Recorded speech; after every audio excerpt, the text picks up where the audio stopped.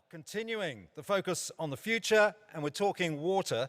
If you live as I do in the Auckland area, then water is a constant source of news and fascination. Auckland must be the only place in the world where it rains all the time, and yet there's a constant water shortage. And I know Winston Peters was wound up about it running dry, but that was only because he was concerned he'd have nothing left to walk on.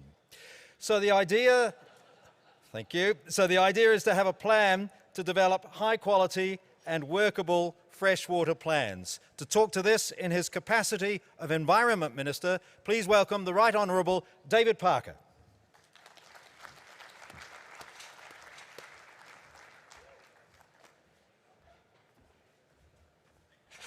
Thanks for that invitation, and thanks also for the opportunity to be here with you. I thought I'd tell a story about Lord Debon, who I think beamed into you from overseas, and I met when he was out here. He's actually got links to New Zealand. I don't know if he said his surname's Gummer, and he had an uncle or something who was a very good architect in New Zealand, designed a lot of fantastic both public buildings but also quite a few farm mansions actually around the place. Absolutely beautiful architecture. He's the man who's made famous when he was the Minister for the Environment just at the start of the BSE crisis by chomping into a burger with his kids saying British beef is safe. In the end he wasn't proven right on that particular thing, but we're all fallible.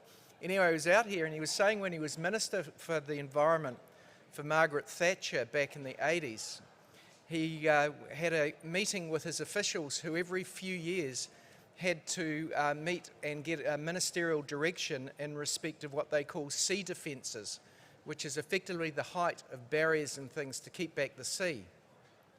This is a long time ago when climate change really wasn't on the agenda.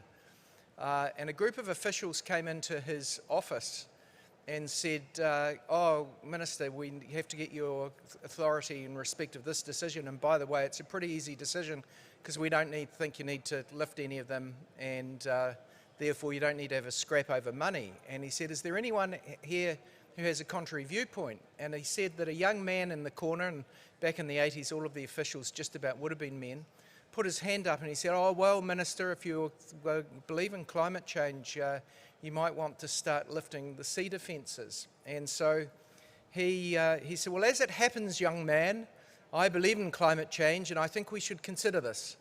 And they then had a period of some months debating what they should do, and of course he came into conflict with the Treasury as to whether they should spend any money lifting the sea defences. He wrote speeches. He's a very clever man, and he wrote speeches for Maggie Thatcher, and he was in her cabinet. So he gave her a ring, and he said, look, I'm having terrible trouble with this issue on climate change. And she said, you know, John, there are only two people in the whole of the cabinet that believe that climate change is wrong, you and me, and I believe we call that a majority. And he got his funding for the lifting of the sea defences, which is what lifted the Thames Barrier, which is an incredibly important structure for the protection of London against surges. Anyway, I thought that was interesting. He was very entertaining when he was out here and quite wise, I thought. Can I turn to your sector? Look, it's been an incredibly hard year for all of us. I know, really hard year for you, hard year for us, hard year for most people in society. Not spread evenly, of course, but labour shortages, local port congestion, global shipping delays, disruption to supply chains. All of these knock-on consequences of COVID, and of course you have your normal weather challenges as well. And yet despite that, you've got a success story. Your sector's export revenues are forecast to rise 2.3% for the year ending June 2021. You've continued to feed the country as well as that. Avocado and kiwi fruit have had record seasons. Avocado sector export lift of 40% on the season prior. Zespri, and I know you're mainly vegetable focused, but Zespri up 14% on the 1920 season. These are extraordinary achievements. We think, and we've at least been trying to play our part, we think our elimination strategy has made things easier than they would otherwise have been, hard though they have been. And we've had a degree of normality that isn't really experienced anywhere or in many places in the world at the moment. We've continued with our air freight subsidy scheme. That's supported 7,000 flights. We put a lot of work at a ministerial level, phoning our ministerial colleagues at the start of COVID, whether it was into the United Arab Emirates, into Singapore, keeping these air freight lines open, then initially, because they were about to drop, and then subsidising them, and we're still doing that, and we've carried 136,000 tonnes of freight on 7,000 flights, most of which wouldn't have happened otherwise, and carried $10 billion in export earnings. So through your efforts and ours, we've avoided the worst economic disruptions as well as the adverse health effects, although we acknowledge that some sectors and businesses have been heavily affected. While we should celebrate our success, we should also acknowledge how tough it's been for some growers. You add to that some of the hail problems that we've had, particularly in the South Island on apples and pears, loss of cherries in central Otago from the rain around the summer period. So we really thank you for your efforts through all those travails and acknowledge your troubles in respect of accessing labour. And I want to say a little bit about that. Can I first thank you for your acknowledgement of what we've done to prioritise getting more RSE workers through the border. Thank you for that. We are bringing forward those RSE workers through one-way quarantine-free channel with Samoa, Tonga and Vanuatu, not necessarily all at the same time, but we are opening up the ability to have significantly more workers into the country to meet the expected peak in February, March next year. We're already taking about 150 people through the border every 16 days, and these changes will add to that. And I would also note, if you make a comparison between us and Australia, yes, we've all done things a bit differently, and I know at one stage there was you were concerned about the loss of some people to Australia because they had slightly different rules about people who are on working travel visas.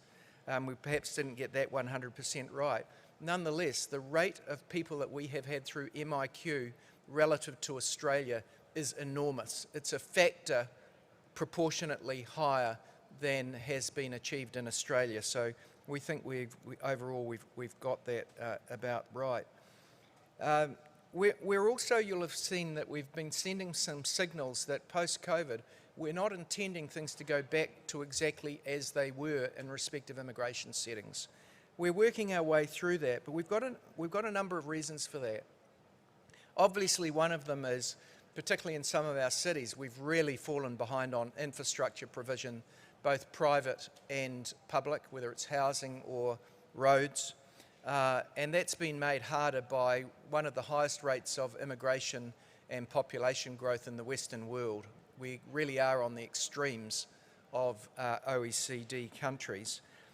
And we also think we need to have a look at this in terms of productivity.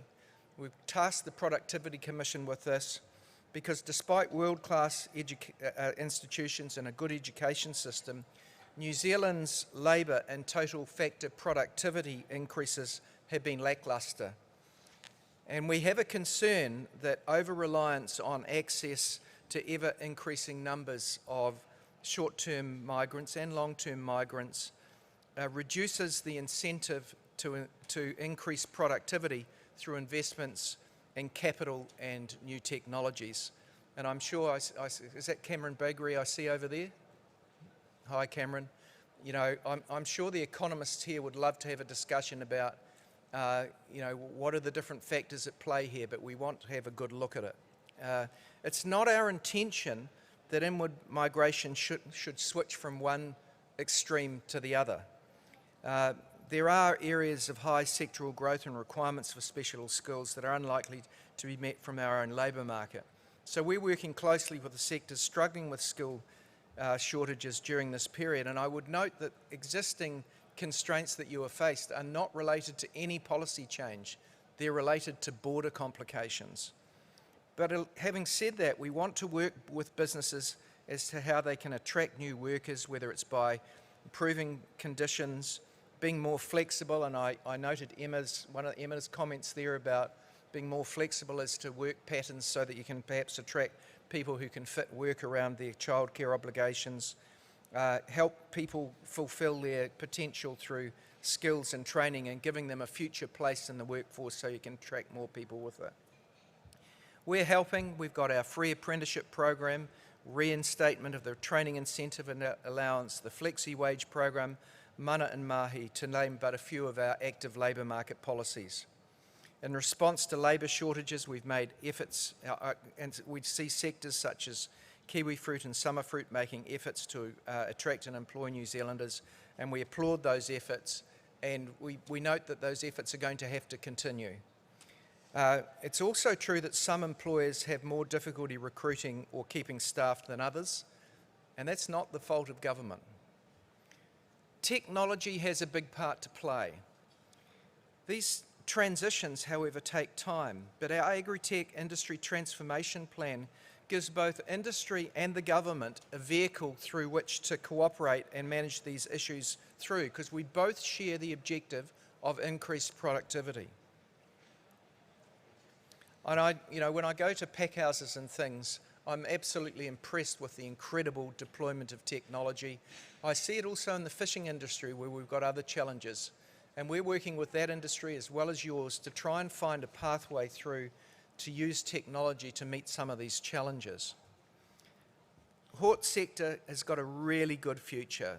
The projections for growth in export revenues from MPI are reaching $8 billion by 2025, up from $4.2 billion in 2018 and 19. Of course, this provides economic benefits. It can also drive positive environmental outcomes.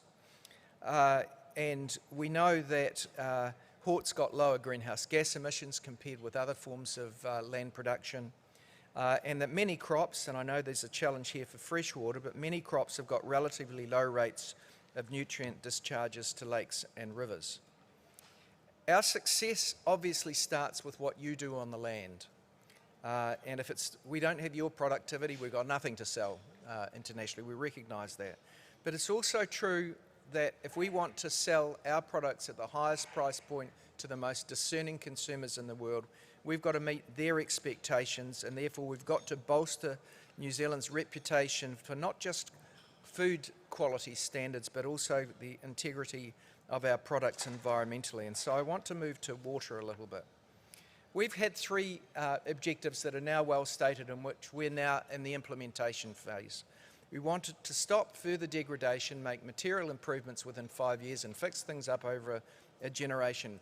I think we laid out a compelling case for reform, which is why that we've got such strong public support. Too many waterways have been lost, not just in urban areas. Too many native species and fisheries are under threat. Rivers, lakes and estuaries in various parts of the country and harbours are filling up with sediment. We've also highlighted the importance to New Zealanders, and reflected back to them the importance they attach to waterways. It still polls as the issue that is most important to most people. It actually outpolls climate change as environmental issues. People are really attached to their waterways, and New Zealanders are shocked that the majority of monitored swimming places are no longer safe enough to swim in, putting your head under without getting croc, according to WHO standards. And they want us to get back to a better place. So our Essential Freshwater program builds on previous work that your sector and others were involved in through the Land and Water Forum. It's hugely consulted upon. 17,500 New Zealanders took the opportunity to submit. We heard from every possible perspective and point of view. And as a consequence, we came up with an Essential Freshwater plan which has got 5 parts. The first is we've got a new plan-making process so that we can get the water plans that regional councils need to make done more efficiently for everyone, actually, and faster. We've made a new national policy statement for fresh water. This requires councils to give effect to mana o te wai. Shouldn't be scared of that. It's effectively a Maori term which expresses the view that we should look first to the environmental health of a water body, second to human uses, and within those limits, commercial needs. That sets out bottom lines across a range of measures, including nutrient, bacteria, sediment, turbidity, and it lays out a pathway to restore our waterways in both urban and rural areas, and the same standards apply in both areas. Third, we had a national environment standard on new stock exclusion and new stock exclusion regulations. Most of those things aren't as apposite for the hort sector. They affect more intensive forms of ruminant production. Fourth, we passed legislation for freshwater plans. And fifthly, we established the Job for Nature Fund to channel through an enormous investment that we're making from taxpayers' funds to help. $1.254 billion of environmental work that we're funding as a consequence of the recovery package. Around $700 million of that is targeted at improving the health of waterways. Regional councils have got to get their new plans in place by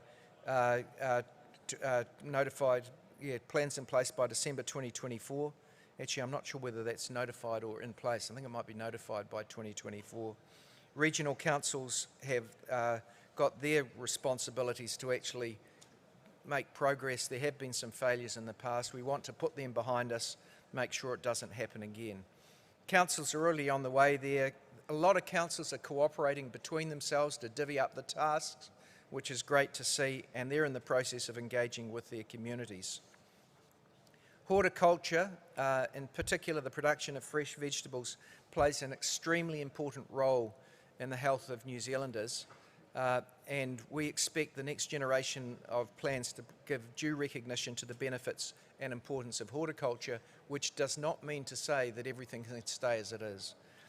Now, I think that we have as a government displayed our understanding of the importance of vegetable growing. There are only two geographic exceptions to our rules that have been set nationally, and both of them are for vegetable growing, one in Pukekohe and one around Horowhenua. We found that in the Horowhenua, even if we had a 40% reduction in dairy and horticulture production, we would not meet the nutrient bottom lines. And so we exempted those areas from the strictness of those rules. And it was important to me that we do that. Took some incoming, I've got to say, from people who sat on the other side of those transactions, but that's our job as politicians to make these difficult decisions, and we did. And I personally pushed for exemptions for those nutrient rules once we had that understanding about how hard they would be to make. Nevertheless, improvements are needed, and I'm going to give you a couple of studies to illustrate why. In 2019, over 19 months, it was found that 37 tonnes of sediment per hectare were being lost from sloping land in Pukekohe used for vegetable production. 37 tonnes sediment per hectare. Now, this is unsustainable for both growers in the longer term and the environment. Leaching rates for nitrogen leaching rates were up to as high as 193 kilograms of nitrogen per hectare per year, and that had been reported in a 6-year study published in 2021. So we know we've got some good data around this stuff, or we've got some data, it's not all good. So there's been a great deal of work still to do in Pukekohe and Horowhenua, but it's fantastic to see the sector standing up, and it's good to see that I've forgotten Jay's last name there, Jay Clark, getting an environmental work for his leadership.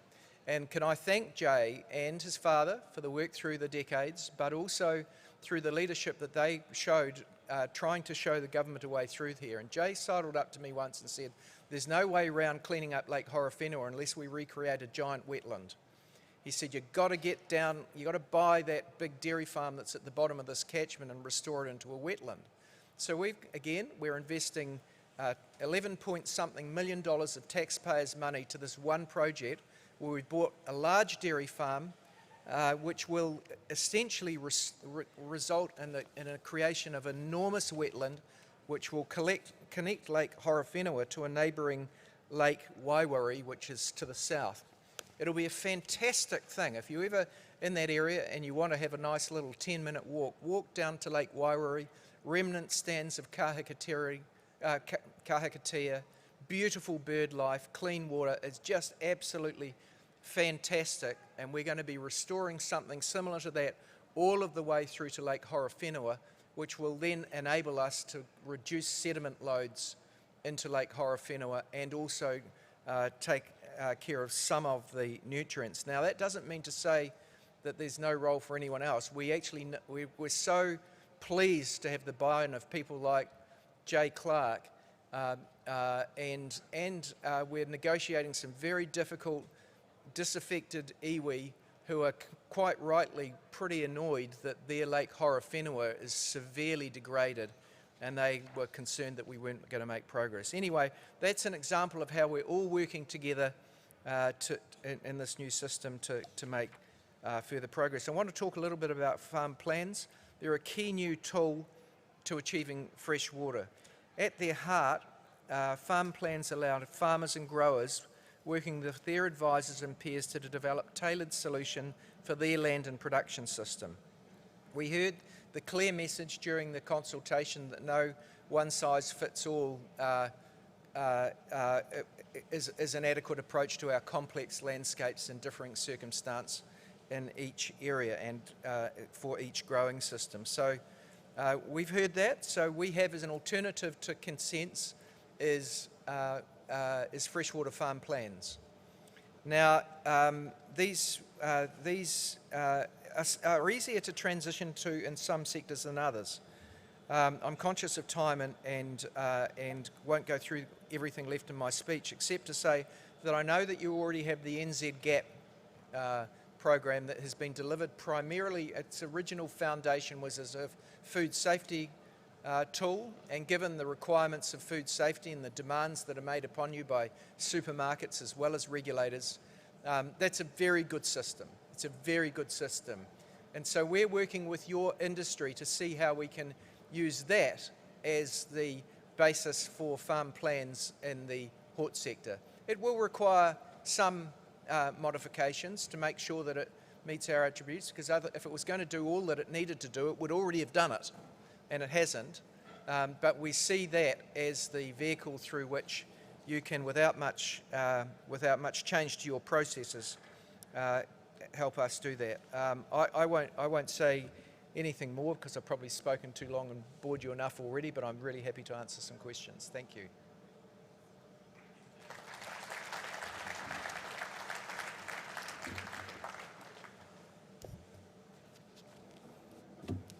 Do we have time for questions, or anyone want to have a shout? David, so there's a question here on the... Hi.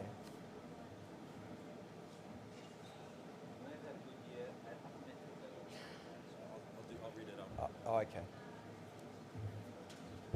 There is one question that has come through from the smartphone app. We may have had a good year at upper metric level. However, break that down, both smaller fruit operators and domestic food and vegetable are still suffering. Your thoughts on that? Yeah, well, I suspect the most significant thing that has happened for you this year from a government perspective is the review that we had the Commerce Commission do into supermarkets. And I'm sure your sector is poring over that report, but that report essentially says that there is monopoly power and inappropriately monopoly conduct in respect of our supermarket duopoly. Your sector should be submitting on the report that has come out from the Commerce Commission. I think it is a problem of the Western world that has been born of increasing aggregation of lots of different industries. The United States has got this problem as well as us, and it's partly born of the concentration of wealth that we're seeing in the Western world, but that concentration of wealth has also been accompanied by concentration of ownership, and monopolies do as monopolies are reputed to do. They have excessive power, and if they're not subject to the competition from others that will not act inappropriately, then both consumers and suppliers suffer the consequences. So in respect of those issues, I would recommend that you pay special attention to them. And we need help on those issues as a government, because we need people speaking out if they agree with us as to the importance of those issues being tackled.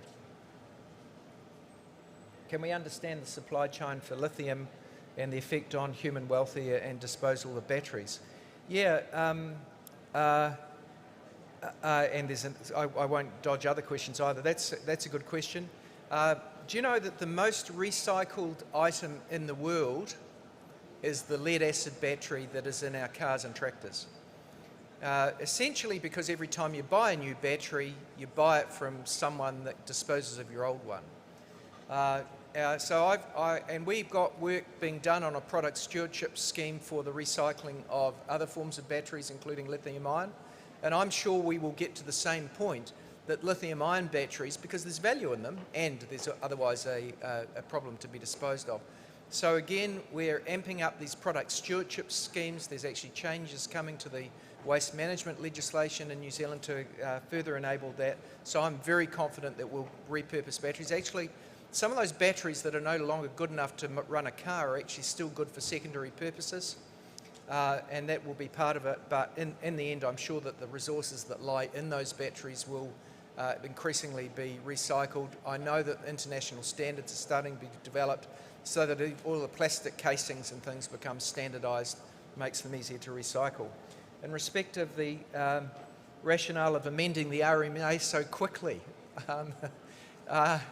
depends on your definition of quick. There have been reports by the Productivity Commission, which I think was back in the 2014 to 2017 period, by Local Government New Zealand, by Northern EMA, the Infrastructure Council, the Property Council, Environmental Defence Society, local government themselves, and then we did the Randerson report during the last 3 years, which is itself that thick, and now we have to implement it because the RMA takes too long, costs too much, and hasn't adequately protected the environment, which is really a fail. So I don't think it is fast. It's a lot of work. We're putting a lot of money into the transition, and you can be assured that the National Policy Statement under freshwater management, those rules will effectively come through pretty much unchanged to the new system. So you shouldn't worry about that changing what we've already done through the freshwater package. And indeed, that's the reason why we started on that first, because we knew it was a pressing need. One more, David. Yep. As a sector, we want to move to more biological crop protection. Legislation prevents us from moving to this. Well, okay, there's two. I've actually got some experience in that. I was one of the founders of Botryzen, which tried to commercialise a biological control for Botrytis cinerea infections in grapes, currants and other things. In the end, after I was MP, the original shareholders, including me, lost all our money because we couldn't commercially ramp up the production, although it's still going. So biological inputs are really, really good. And if you're making by reference to that genetically modified biological controls, well, there's some hooks in that for your industry. One of the things that I found as Trade Minister when we're in Europe is this being pushed at us, this idea that we cut corners to be so efficient, including through the use of genetic modification technologies, and I was able to push back against them and say, well, actually, you guys might have GM corn in your country, but we haven't got it in ours, so you're completely out to lunch on that.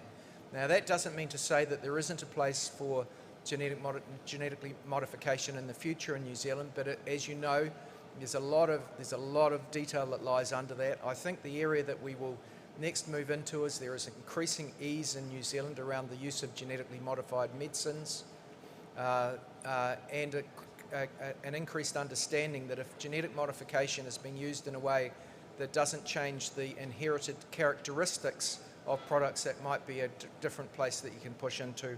We've had some recommendations of the Chief Science Advisor on that, and if you want to see more about what she recommends in that, have a look at her report. Sorry, I've run out of time for questions, but thank you again for the opportunity to be here.